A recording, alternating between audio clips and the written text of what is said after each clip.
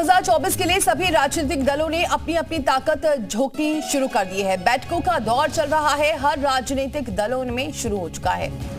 सभी पार्टियों ने अपने तरकश के तीरों को धार देना शुरू कर दिया है, फिर चाहे वो बीजेपी हो, सपा हो, बीएसपी हो या फिर कांग्रेस हो। लेकिन जनता किसे अपना आशीर्वाद देगी, इस सवाल का जवाब तो भविष्य के गर्त में छुपा हुआ है। लेकिन कौन सी पार्टी किस रणनीति के तहत अपनी तैयारियां कर रही है, इसी पर चर्चा करेंगे। लेकिन उससे पहले आपको देते हैं कुछ जानकारी।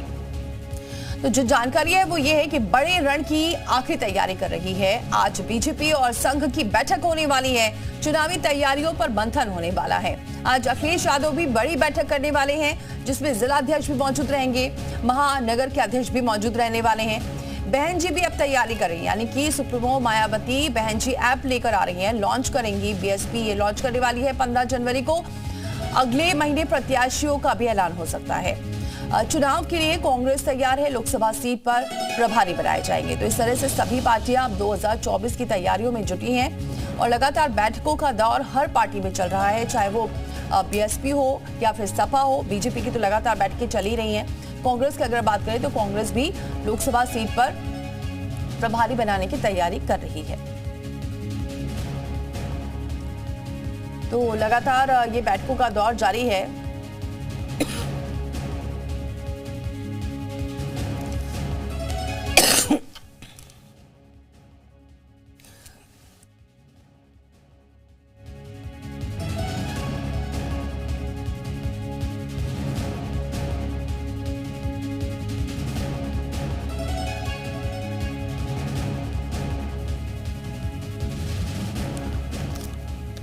तो चलिए, हमारे साथ दो मेहमान जुड़ चुके हैं। सपा से हमारे साथ जुड़ेंगे और साथ ही राजनीतिक विशेषज्ञ भी हमारे साथ जुड़े हुए हैं। राजनीतिक विशेषज्ञ विजय उपाध्याय जी हमारे साथ जुड़ चुके हैं और विवेक पांडे हमारे साथ सपा के प्रवक्ता जुड़ चुके हैं। बहुत स्वागत है विवेक जी हमारे साथ जुड़ने के लिए।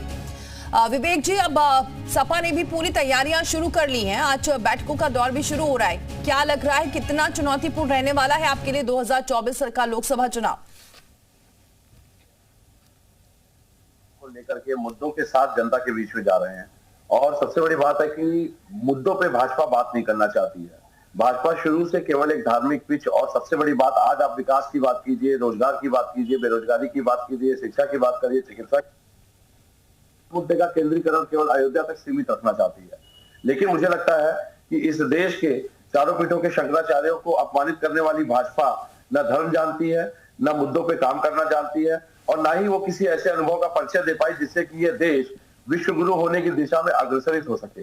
लेकिन इस देश की जनता ने जिस तरह से बढ़ती हुई महंगाई और या तो गिरते हुए स्तर की शिक्षा या चिकित्सा की जो कितना मुश्किल है। एक तरफ बीएसपी भी अपनी पूरी रणनीति के साथ आगे बढ़ रही है, आपका इंडिया गठबंधन भी बहुत कुछ कमाल नहीं कर पा रहा है। जो रार है आपकी पार्टियों के साथ वो देखी जा रही है। सीट शेयरिंग को लेकर अभी भी बहुत असमंजस की स्थिति बनी हुई है। ऐसे में लगता है कि बीजेपी के सामने आप टिक पाएंगे? नहीं, देखिए, असमंजस की स्थिति नहीं है। हाँ, ये बात सही है कि प्रत्याशियों के अनुसार सीट की जो डिस्ट्रीब्यूशन का एक जो प्रक्रिया है वो अभी पूरी तरह से पूर्ण नहीं हुई है।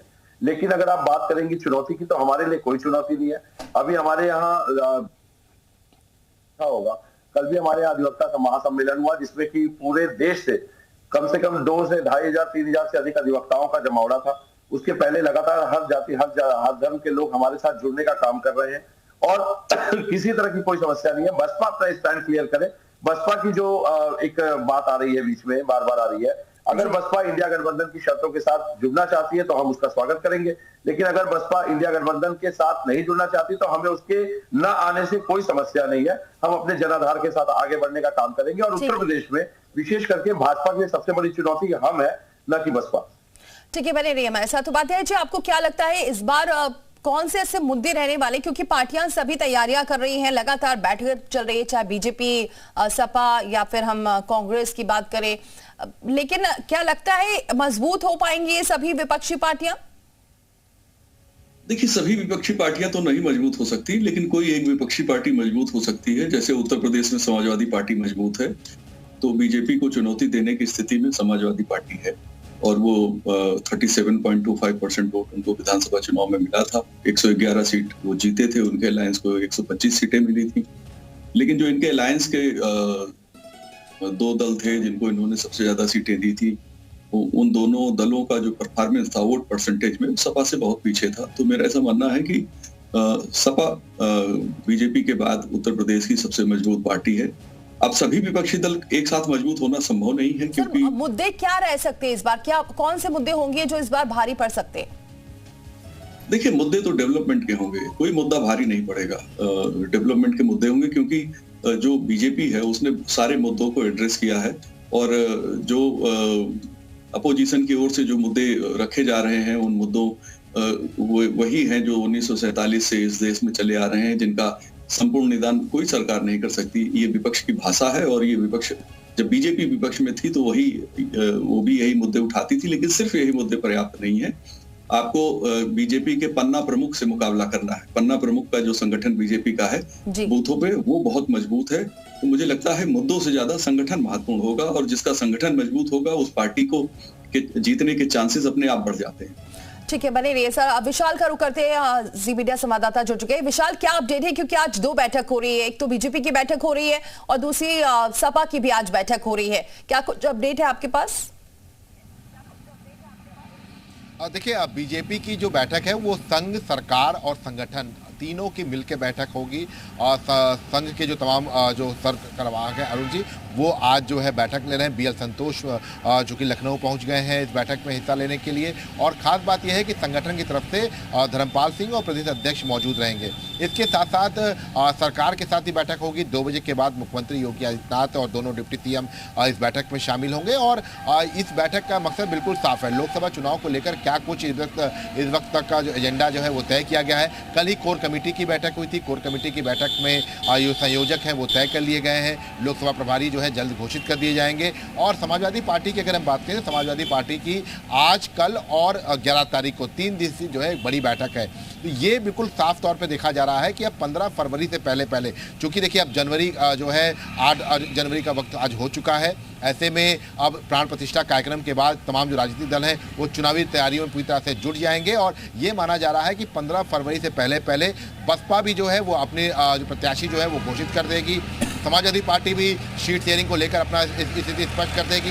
बीजेपी लगातार जो है अब अपनी हर सीट का जो फॉर्मूला है वो तय कर चुकी है। तो मतलब साफ है कि ये पॉलिटिकल पार्टीज मान के चल रही हैं कि मार्च में जो फर्स्ट वीक है उसमें अधिसूचना आ सकती है। तो ऐसे में उसी के लिहाज से तमाम जो रैलियां हैं, तमाम जो कार्यक्रम हैं, तमाम जो आगे जो बूथ लेवल पर जो पूरे मिशन मोड पर कार्यक्रम करने हैं, इन सब चीजों को लेकर भी सभी दलों ने अपनी अपनी तैयारी कर ली है। बिल्कुल, सभी अपनी अपनी तैयारियां कर रहे हैं। बने रहिए विशाल हमारे साथ। ये विवेक जी, अगर सपा की बात करें तो एक तरफ BSP है जो अभी ऐप भी लॉन्च कर रही है, दूसरी तरफ जो अगर कांग्रेस की बात करें तो अभी कांग्रेस भी अपनी यात्रा निकाल रही है, उसमें भी आपका कोई रोल नहीं है। कहने का मतलब मेरा ये, एक तरफ तो इंडिया गठबंधन के साथ आप चल रहे हैं, लेकिन सभी पार्टियां अलग अलग आपके गठबंधन में यात्रा निकाल रहे हैं, अलग अलग रैलियां कर रहे हैं। ऐसे जनता के बीच कैसे मैसेज जाएगा कि ये इंडिया गठबंधन एक है, क्योंकि BSP एक तरफ BJP भी है तो BSP भी है आपके सामने। मैं आपकी बात से सहमत हूँ, लेकिन इन यात्राओं के दौर में भी जो हमारी रणनीति है उसका समावेश कहीं ना कहीं है। उन यात्राओं के माध्यम से जो हमारे प्रत्याशी हैं, जो इंडिया गठबंधन के नीतियां हैं, उसको हम जनता से सीधे जोड़ने का काम कर रहे हैं, सीधे जोड़ने का प्रयास कर रहे हैं। अभी एक बात आई थी, हमारे आदरणीय राजनीतिक विश्लेषक जी ने कही पन्ना प्रमुख की बात, तो बिल्कुल इस मुद्दे को भी हमने चिन्हित कर रखा है। इसीलिए इस बार हमारी रणनीति में भी ये शुमार रहेगा कि हर बूथ स्तर पे भी हमारे साथ कम से कम 5 से 6 अधिवक्ताओं की एक टीम हम हर बूथ पे अपने खड़ी करेंगे, ताकि जो बूथ स्तर पे समस्याओं को चुनौती देखनी पड़ती है, जो समस्याएं होती है, चाहे अनर्गल जो पुलिसिया कार्रवाई होती है, उन सभी से बचने का प्रयास किया जा सके। और उससे भी बड़ी बात यह है कि चुनाव आयोग शिकायतों का चूंकि संज्ञान नहीं ले रहा, तो उसको भी लेकर के हम एक रिट फाइल करेंगे बहुत जल्दी, क्योंकि चुनाव आयोग अगर आप किसी भी तरह की अनियमितता की शिकायत करती है तो उसका समाधान होना आवश्यक है। लेकिन चुनाव आयोग जिस तरीके से पिंजरे में बंद तोते की तरह काम कर रहा है, मुझे लगता है शिकायतें लंबित रखने का कोई आधार नहीं है। उसका काम है उसको निस्तारित करना, लेकिन जब अनियमितताओं से जुड़ी कोई भी शिकायत की जाती है किसी भी राजनीतिक दल के माध्यम से, तो चुनाव आयोग मौन साध कर बैठ जाता है। इससे उसकी जो विश्वसनीयता है उस पर सवाल उठने लगते हैं। और उत्तर प्रदेश में ये बात सही है कि हम गांव-गांव तक जाकर के बूथ स्तर पे जो कार्यक्रम करने की हमने रणनीति बनाई है, उसको सार्थकता से पूर्ण करने के लिए ये यात्राएं भी हमारे लिए बहुत सहयोगी भूमिका और सार्थकता के साथ हमारा सहयोग कर रही हैं। जी विवेक जी, लेकिन सबसे बड़ी बात अगर मुद्दों की करी जा रही है तो राम मंदिर को लेकर आप ये तो कह रहे हैं कि हाँ, जब राम सबके हैं दर्शन करने से कोई रोक नहीं सकता, लेकिन इसमें एकजुटता कहीं से नजर नहीं आ रही है और यही वजह है कि बीजेपी को मौका भी मिल रहा है सपा पर निशाना साधने का। नहीं, देखिए, राम मंदिर का राजनीतिकरण करने के पूरे प्रयास में है भाजपा, क्योंकि भाजपा मुद्दों के विकास पे नहीं, भाजपा धर्म के पिच पे खेलना चाहती है और इसीलिए राम मंदिर को इतना हाईलाइट किया जा रहा है। उसका रीजन भी बता दूं आपको। जिस राम मंदिर के नाम पे ये वाहवाही लूट रहे हैं और जिस जनता को ये बरगला रहे हैं, उस राम मंदिर का जो निर्णय सुप्रीम कोर्ट ने दिया था वो सबसे प्रमुख गवाही उसमें आदिदेव जगतगुरु शंकराचार्यों की थी। लेकिन आप चारों पीठों के शंकराचार्यों को खुल करके अपमानित करने वाली भाजपा, मुझे नहीं लगता कि वो सनातन की कहीं से भी हितैषी हो सकती है, बल्कि जो हिंदू धर्म के संत है, महंत है, उनको अपमानित करना, मुझे लगता है ये धर्म से विमुख होने वाली बात है। अभी 3-4 दिन पहले मैंने खुद अधिवक्ता सभा का मैं प्रदेश प्रवक्ता हूं और मैंने खुद एक फिल्म है अन्नपूर्णी, तमिल फिल्म है, उसके ऊपर मैंने एफआईआर की है, ऑनलाइन एफआईआर मैंने दी है, लेकिन पुलिस ने सुन नहीं, जिसमें कि राम को मांसाहार करने वाला बताया गया है। सेंसर बोर्ड भाजपा के पास है, मिनिस्ट्री ऑफ ब्रॉडकास्टिंग भाजपा के पास है, पीआईबी इनके पास है, इनके लोग बैठे हैं और ऐसी फिल्मों को प्रमोट कर रहे हैं जिसमें कि भगवान को अपमानित किया जा रहा है। तो ये बात आपको समझनी पड़ेगी, राम के जैसी नहीं है, इनको राजनीतिक राम चाहिए। ठीक है, राजनीतिक लाभ आप मान रहे हैं बीजेपी का। ठीक है उपाध्याय जी, अब आपको क्या लग रहा है कि यहाँ राम की तो ठीक है बात, लेकिन बीजेपी तो इस बात का दावा बार बार कर रही है ना कि योजनाएं ही हैं जो जनता तक पहुंच रही हैं और उसी का फायदा बाकी अभी जो हाल ही में चुनाव हुए थे उसके जो नतीजे थे वो उसी नतीजों का ही, उसी योजनाओं का ही फल था जिसे बीजेपी जीत रही है। और बार बार बीजेपी इस बात का जिक्र कर रही है कि हमने इतना विकास किया, अभी भी चाहे वो राम मंदिर हो या बाकी कोई भी पर्यटन स्थल हो, उससे रोजगार लोगों को मिल रहा है, इस बात का जिक्र कर रही है। तो फिर ये विपक्ष कैसे ये कह रहा है कि यहाँ कोई विजन नहीं है, कोई योजनाएं नहीं है, कोई मुद्दे नहीं है? देखिए, विपक्ष तो कहना चाहिए विपक्ष को, विपक्ष का हक है और विपक्ष को संवैधानिक दर्जा है। मीडिया को संवैधानिक दर्जा नहीं है। हम लोग तो अभिव्यक्ति स्वतंत्रता के आधार पर बोलते हैं। असली काम तो विपक्ष को करना चाहिए जो मीडिया के कंधे पे बंदूक रखने की कोशिश करता है। दरअसल बीजेपी में ट्रिपल पावर है। एक तो उनका संगठन बड़ा मजबूत है, दूसरा सरकार पे कोई आरोप नहीं है, सरकार ने डिजिटल प्लेटफॉर्म और दूसरे टेक्नोलॉजी के माध्यम से लोगों को सीधे सुविधाएं दी हैं, तीसरी बीजेपी के पास नेताओं की एक बड़ी टीम है। तो ये 3 ट्रिपल पावर बीजेपी की सबसे बड़ा हथियार है। आप देखिए, चाहे मध्य प्रदेश हो, चाहे राजस्थान हो या छत्तीसगढ़ हो, जहां पे उम्मीद नहीं की जा रही थी वहां भी बीजेपी जीत गई। तेलंगाना में इनका वोट परसेंटेज बढ़ा है, वहां पे बहुत कमजोर थी, इस बार वोट परसेंटेज इनका बढ़ा है। तो बीजेपी की जो ट्रिपल पावर है, इसके मुकाबले जो इंडिया गठबंधन है, ये एग्जाम के पहले की तैयारी कर रहे हैं। एग्जाम सिर पे है, अब इनको लगता है इंपॉर्टेंट क्वेश्चन हल कर लीजिए और एग्जाम आप पास हो जाएंगे। सिर्फ इंपॉर्टेंट क्वेश्चन हल करने से जनता आपको कितना वोट देगी ये जनता को तय करना है, लेकिन ये बहुत ही मुश्किल काम है। आमतौर पे एक लंबी तैयारी करनी पड़ती है। चुनाव की राजनीति बदल गई है, इस देश में एक नया माइंडसेट क्रिएट हो गया है। ठीक वैसे ही लोग अब सोचते हैं, जैसे मोबाइल में आपका सॉफ्टवेयर अपडेट होता है, वैसे लोगों का सॉफ्टवेयर अपडेट हो चुका है और हमारे बहुत से राजनीतिक दल अभी परंपरागत राजनीति कर रहे हैं 15-20 साल पुरानी वाली समीकरण को लेकर। मैं ऐसा मानता हूं कि अगर ये पहले से, जिस समय इंडिया गठबंधन की पहली बैठक हुई थी उस समय से इन्होंने ठीक रास्ता चुना होता सही। अभी आप देखिए, अभी तो राहुल जी की यात्रा हो रही, उत्तर प्रदेश में सपा के सारे मुद्दे कांग्रेस ने खुद ले लिए हैं।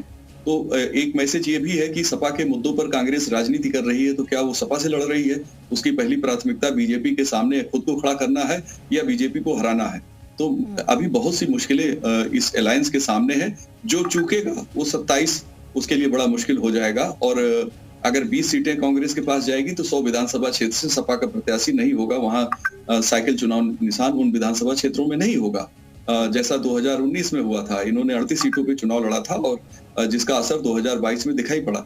तो उनकी अपनी रणनीति है हर पार्टी की, वो कैसे लड़ते हैं ये उनको तय करना होता है। हम लोग तो केवल बैठ के उसका विश्लेषण कर सकते हैं। आपने ये बात सही कही है, इसका जवाब लेते हैं विवेक जी से, लेकिन जरा विशाल का रुख कर लेते हैं। विशाल, ये जो दूसरे पाली की बैठक होने वाली है जिसमें सीएम योगी भी रहेंगे, दोनों डिप्टी सीएम भी मौजूद रहने वाले हैं, इस बैठक में क्या एजेंडा रहेगा?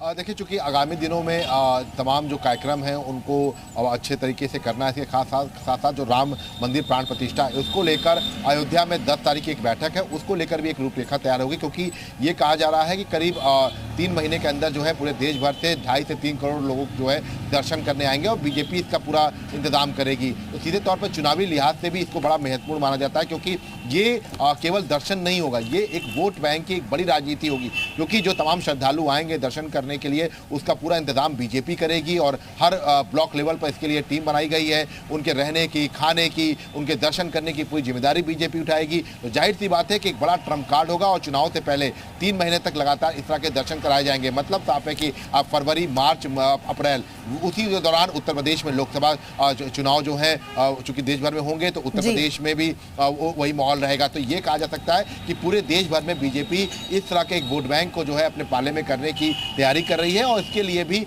आज की जो बैठक है उसमें मंथन किया जाएगा। 10 तारीख को एक बड़ी बैठक प्रस्तावित है जिसमें BL संतोष अयोध्या में मौजूद रहेंगे।